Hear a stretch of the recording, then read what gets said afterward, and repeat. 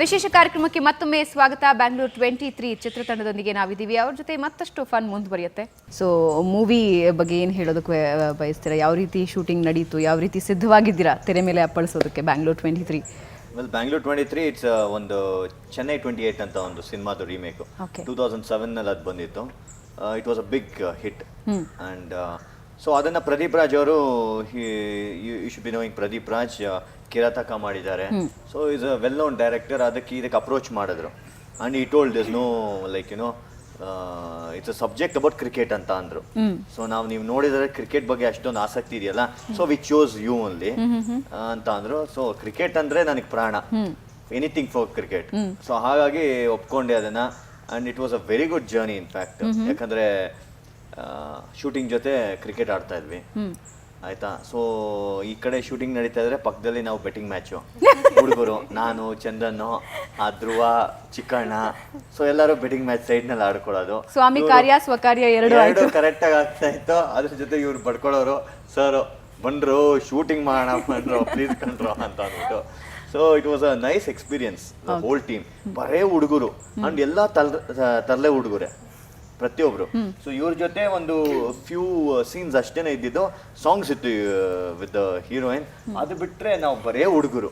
It was like gang of brats ಅಂತಾನೆ ಹೇಳ್ಬೋದು. ಜೊತೆ ಡೈರೆಕ್ಟರ್ನು ಸೇರ್ಕೊಂಡ್ಬಿಟ್ಟಿದ್ರು.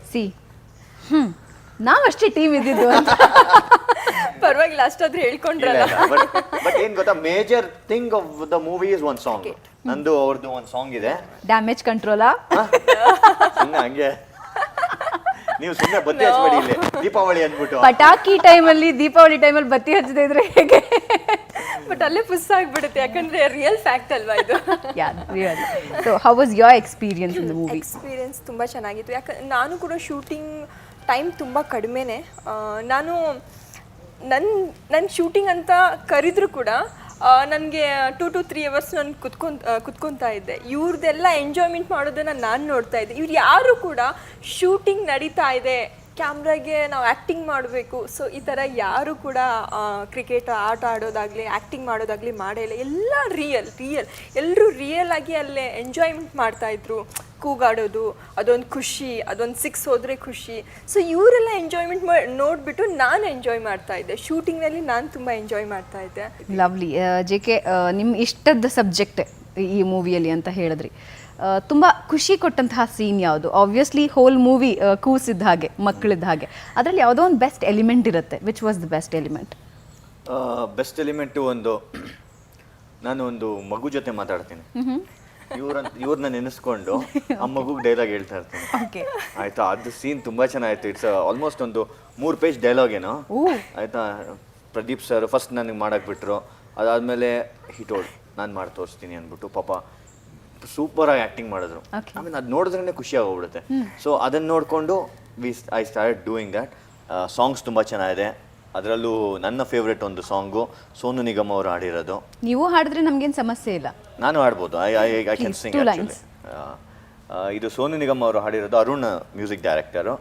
ಸೊ ಇಟ್ ಗೋಸ್ ಲೈಕ್, ನನ್ನವಳೇ ಚೆಲುವೆ ಹೂನಗೆಯೇ ಅವಳೊಡವೆ ತುಟಿ ತೊದಲಿದೆ ಅವಳೆದುರಲಿ ಯಾಕೆ ಹೀಗೆ ಪದ ಮನದಲ್ಲಿ ಹೊರಬಾರದೆ ಮರೆತ ಹಾಗೆ ಯಾಕೆ ನನ್ನೊಳಗೆ ಸುಳಿದೆ ನೀ ಹೀಗೆ.